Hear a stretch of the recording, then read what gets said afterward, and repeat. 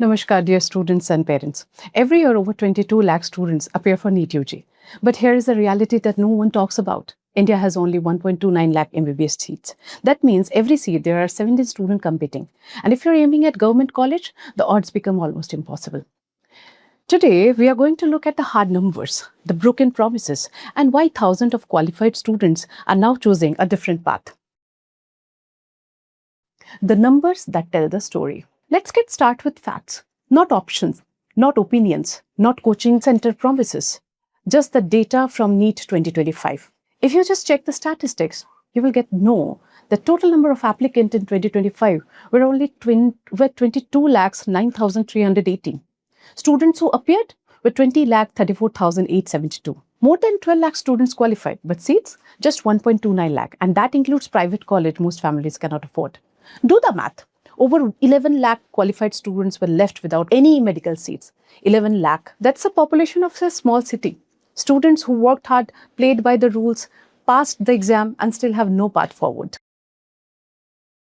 Now let's talk about what everyone actually wants, a government medical college seat. There are roughly 52,000 government MBBS seats in India. These are divided into 15% All India quota filled through central counselling and 85% state quota reserved for domiciled students of each state. To secure an All India quota seat at a decent government college, you typically need 620 plus score if you're general category. That means somewhere rank between 15,000, within 15,000. If you're OBC candidate, your score should be somewhere 580 plus. That means rank should be somewhere within 40,000. And if you're belonging to SC/ST category, then your score should be 480 plus in order to secure that 15% All India quota. And whereas your rank should be somewhere between 80,000. For state quota seats, cutoff vary. But in competitive states like Maharashtra, Karnataka, Tamil Nadu and Delhi, you are looking at similar or even higher requirements. Here is what that means in real terms. If you score 500 plus marks in NEET, a solid respectable score, you are likely looking at rank between 50,000 to 80,000. Government college, almost impossible. Your options become private colleges or nothing. So what about private medical colleges? Surely that's the backup plan.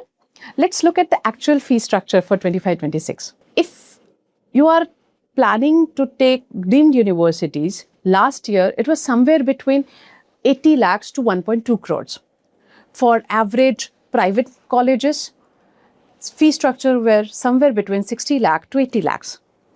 Management quota seats, fee structure varied from 1 crore to 1.5 crore. NRI quota seats were somewhere costing a student around 1.5 crore to 2 crores. And these are just tuition fees. Add hostels, food, books, clinical supplies and examination fees. You're looking at 75 lakh to 1.5 crore for a complete MBBS.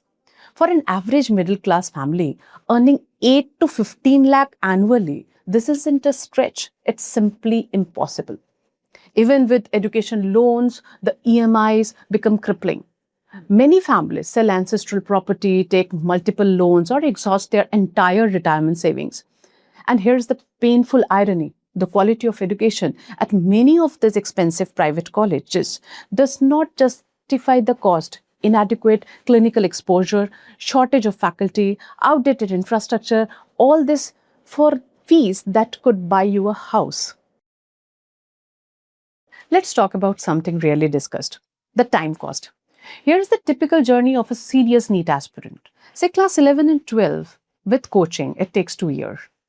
Now, in the first attempt, many students cannot get adequate score in order to get government seat.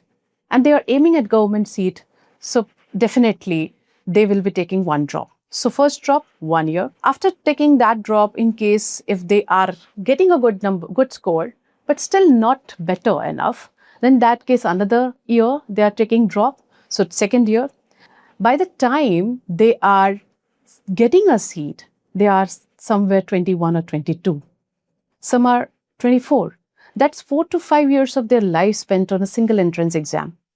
Meanwhile, their friends who chose engineering, commerce, or other field have already graduated, started working, perhaps even completed master's degree. And the psychological toll, anxiety, depression, burnout, family pressure, social isolation. These are not just statistics. These are real consequences affecting lakhs of young people every year. Now let's address the elephant in the room, the integrity of the examination itself. NEET 2024 became synonymous with scandal, paper leak, allegations in multiple states, unusually high scores suggesting malpractice, mass protest by students demanding re-examination, Supreme Court intervention, arrest of coaching center operations and officials. Students who appeared honestly found themselves competing against those who allegedly bought question papers in advance. The sanctity of the examination was questioned at the highest level. And NEET 2025? The counseling process faced multiple delays. Students waited months not knowing if they would get seat. Some received admission offers, joined colleges, then faced cancellation due to seat matrix issues. For NEET 2026, scheduled tentatively for June 2026, the anxiety continues. Will there be paper leak again? Will results be delayed? Will counseling stretched into next year? This isn't about blaming anyone. It's about recognizing the system, despite best intention, is struggling to deliver fair, timely outcomes for lakhs of students whose future hangs in the balance. Here is what most students and parents don't fully understand. There is a legitimate, recognized, and far more accessible path to becoming a doctor, studying MBBS abroad. Before you dismiss this, consider over 25,000 Indian students are currently studying medicine in Russia alone. 1,000 more are enrolled in Uzbekistan, Kazakhstan, Georgia, Philippines, Nepal, and Bangladesh. These are government universities, not private coaching shops. They are recognized by World Health Organization. They are approved by Indian National Medical Commission. Their graduates practice medicine in India every single day. This isn't a new phenomena. Indian students have been studying medicine abroad for decades. What's new in the scale? Because the crisis at home has made it not just an option, but a necessity to many. Let's do a direct comparison, what you would pay in India versus abroad. If you're getting a college in Indian government medical college, it would be somewhere between 3 to 8 lakhs if you get a seat. Indian private colleges will cost you around 60 lakh to 1.2 crore. Uzbekistan, around 15 to 22 lakhs. Kazakhstan will cost you around 20 to 26 lakhs for entire curriculum. Russia will cost you around 22 to 35 lakhs. Georgia, around 35 to 50 lakhs. Nepal, 45 to 60 lakhs. Look at those numbers. You could complete your entire MBBS abroad, tuition fees, hostel, food, everything for less than what 1 year cost at the same Indian deemed university. For a family that can afford 25 to 30 lakhs total investment, MBBS abroad transformed from alternative to only viable option. Here is the information that changes everything for student currently in limbo. Your NEET score is valid for 3 years for medical admission in foreign land. What does this mean? Suppose if you have written NEET in the year 2024 and you had qualified in that examination, you can take admission until 2027. If you qualified NEET 2025, then you can take admission till 2028. And for NEET 2026, your admission can be done till 2029 in foreign universities. If you qualified NEET in 2024 and couldn't get a seat in India, you don't have to appear again. Your score is still valid. If you qualified in 2025 and are tired of waiting for uncertain counseling outcomes, you can apply now. You don't need to wait until June 2026. You don't need to go through another year of preparation anxiety. Your qualifying score, even if it is just 137 for general category, is enough. Right now, for the September 2026 intake, applications are open at recognized universities abroad. This month, not next year. Now, who should consider this path? MBBS abroad makes sense for the consistent qualifier. You have cleared NEET cutoffs, but your rank is not high enough for government colleges. And private colleges' fees are beyond reach. You have a valid score, you have the qualification. What you need is an affordable seat. Second, the drop year veteran. You have already taken 1 or 2 year drops. Result improved but not enough. Another year means you will be 22, 23 before even starting MBBS. Time is precious. Third, for the budget conscious family, your family can invest 20 to 35 lakhs total, but not 80 lakhs or more. You need quality education within financial reality. Fourth, the practical achiever.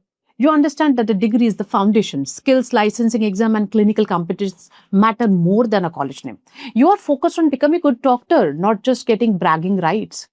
The student tired of uncertainty, paper leaks, delayed counseling, shifting exam dates, you want to start your medical education now in a stable, predictable environment. So we have established the problem: insufficient seat, unaffordable fees, systemic failure, years of life consumed by a single exam. We have also established that a solution exists, one that's legal, recognized, and accessible. But which country you should choose? What are the exact fees? What does NMC actually require? How do you ensure your degree will be valid in India? In episode 2, we will break down everything. Country by country fee structure, NMC's 5 mandatory requirements, the FMG and next examination pathways, internship rules, red flags to avoid, how to verify if a university is genuine. Your dream of becoming a doctor isn't over. It's just finding a different route. See you in episode 2. Till then, take care.